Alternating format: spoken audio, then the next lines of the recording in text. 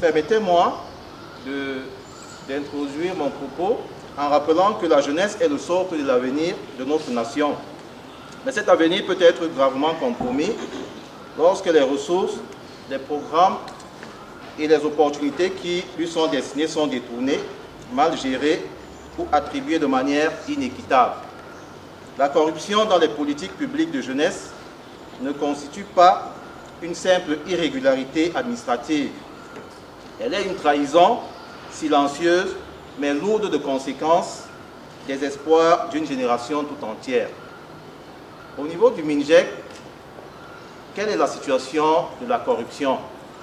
En l'absence d'une étude formelle, il faut dire que le MINJEC met en œuvre plusieurs programmes et projets à fort impact social.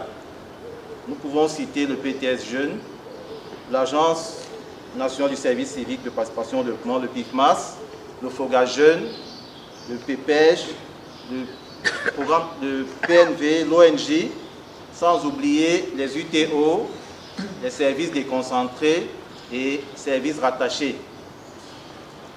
Ces dispositifs, s'ils ne sont pas rigoureusement encadrés, peuvent devenir le théâtre de pratiques corruptives telles que le favoritisme dans la sélection des bénéficiaires, le monnayage des services ou autres prestations offertes aux jeunes, l'opacité dans l'attribution des subventions aux associations de jeunesse, le détournement de fonds ou de matériel destiné aux activités en faveur des jeunes, l'absence de justification des dépenses liées à la mise en œuvre des activités et bien d'autres dérives. Ces dérives ne sont pas toujours le fruit d'initiatives isolées.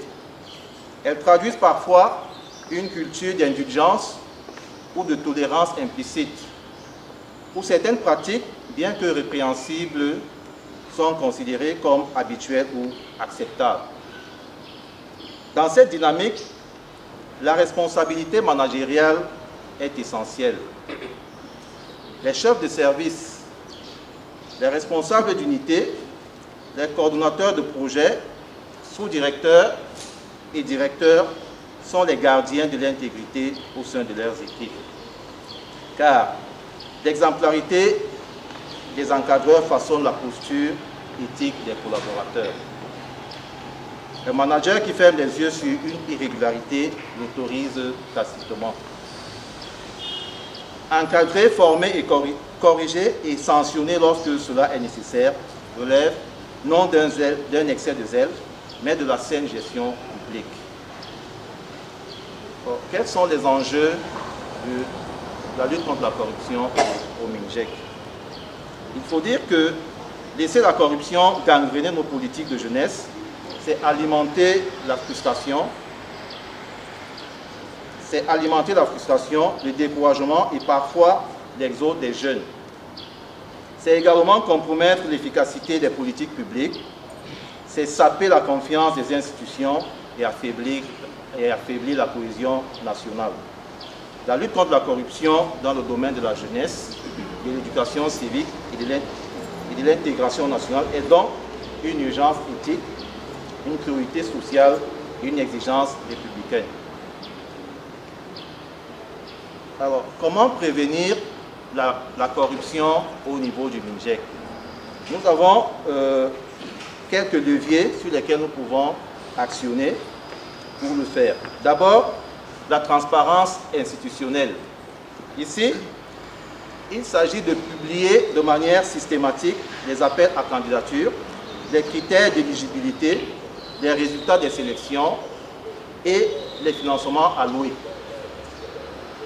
Nous remarquons qu'au ministère, au MINJEC, nous utilisons beaucoup les plateformes numériques pour partager l'information qui nous intéresse ou qui est destinée aux jeunes. Mais que ce soit au niveau du siège central ou au niveau des UTO, on relève une absence de tableau ou d'affichage systématique des informations destinées aux jeunes. Cela ne facilite pas le partage d'informations pour les jeunes et pourrait constituer une entrave à la transparence que nous voulons effective dans notre ministère. Toujours concernant la transparence institutionnelle, nous suggérons de rendre les procédures claires, documentées et accessibles à tous. Autre levier, c'est la traçabilité numérique. Ici, nous proposons d'informatiser les processus de sélection, d'inscription et de suivi et évaluation. Comme autre levier, c'est la responsabilisation des managers. Il s'agira d'instaurer des audits internes et réguliers et rendre les responsables hiérarchiques comptables des pratiques observées dans leur service. Il s'agit de dire ici que tout manager, comme nous l'avons indiqué plus haut, devrait être un exemple pour son personnel. Alors, si le personnel brille par des attitudes peu recommandables, le manager a le devoir de le recadrer parce que c'est son rôle. Et donc, en cela, il est comptable des actions que pourraient mener ses collaborateurs. Il s'agit également, dans cette catégorie, d'encourager le leadership éthique fondé sur la supervision, le mentorat et la redevabilité. Comme autre levier, c'est l'éducation à l'intégrité, où nous suggérons de former régulièrement les agents sur l'éthique, la déontologie administrative et la législation anti-corruption. Nous proposons également, dans cette rubrique, d'organiser des sessions de sensibilisation sur les conflits d'intérêts et les risques de collusion. Autre levier, c'est le contrôle citoyen et participation des jeunes. Ici, il s'agit d'encourager la participation des jeunes, des associations et des médias dans le suivi et la mise en œuvre des programmes. Vous remarquerez qu'au sein de la cellule de lutte contre la corruption, figure comme membre la présidente du Conseil national de la jeunesse du Cameroun. C'est une illustration et une application de cette recommandation parce que la présidente qui représente les jeunes est garante, est là pour s'assurer de la cohérence des actions qui sont menées par le MINJEC avec les besoins des jeunes. Donc c'est une forme de contrôle qu'elle exerce au niveau de cette instance-là.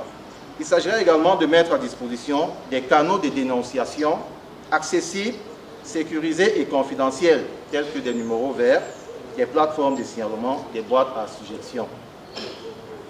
Comme dernier levier de prévention, nous proposons la tolérance zéro et la culture du signalement. Ici, il s'agira de protéger les lanceurs d'alerte contre toute forme de représailles. Nous soulignons ici qu'il ne s'agit pas de tout type de lanceurs d'alerte, pas ceux que nous retrouvons sur Internet et Facebook. Il s'agit des lanceurs d'alerte internes, parce que tout personnel ici peut être un lanceur d'alerte s'il est au courant d'une situation de corruption. Donc, il s'agira de protéger ces personnes qui dénoncent des attitudes corruptives afin qu'elles soient corrigées. Il s'agira également d'appliquer sans complaisance les sanctions prévues contre les fautifs. Et enfin d'afficher dans les bureaux les valeurs clés du service public que sont l'intégrité, l'impartialité et la responsabilité. Avant de conclure notre propos, nous voulons indiquer que la lutte contre la corruption n'est pas seulement une question de sensibilisation. Elle est une réalité et au sein de notre ministère, des faits de corruption sont observés et sont avérés. Nous rappelons que la corruption est un délit pénal passible de sanctions judiciaires et disciplinaires. En 2024, selon le rapport annuel de la cellule ministérielle de lutte contre la corruption, près de 40 personnels du MINJEC ont été sanctionnés, soit pour non-existence dans le fichier des ressources humaines, soit pour absence irrégulière au poste de travail. Ces sanctions ont, pour la plupart, conduit à des suspensions de solde. En outre, plusieurs décisions de révocation ou de redéploiement du personnel prises par M. le ministre ont été motivées directement ou indirectement par des preuves d'actes de corruption, entre autres. Il est donc important de rappeler que tout personnel peut faire l'objet d'une dénonciation, qu'elle soit interne ou externe, et que le mis en cause peut être amené à répondre tant sur le plan administratif que devant la justice. Les cas répertoriés ces dernières années au MINJEC doivent nous servir d'exemple dissuasif. En conclusion, nous disons que lutter contre la corruption, ce n'est pas attendre que les sanctions tombent. C'est agir chaque jour avec rigueur, exemplarité et honnêteté. Prévenir la corruption dans nos actions, c'est renforcer l'efficacité du MINJEC. C'est améliorer la qualité du service public et surtout entretenir l'espoir de notre jeunesse. Parce qu'une jeunesse trahie est une nation fragilisée, et une jeunesse protégée est une république consolidée. Nous vous remercions pour votre bienveillance.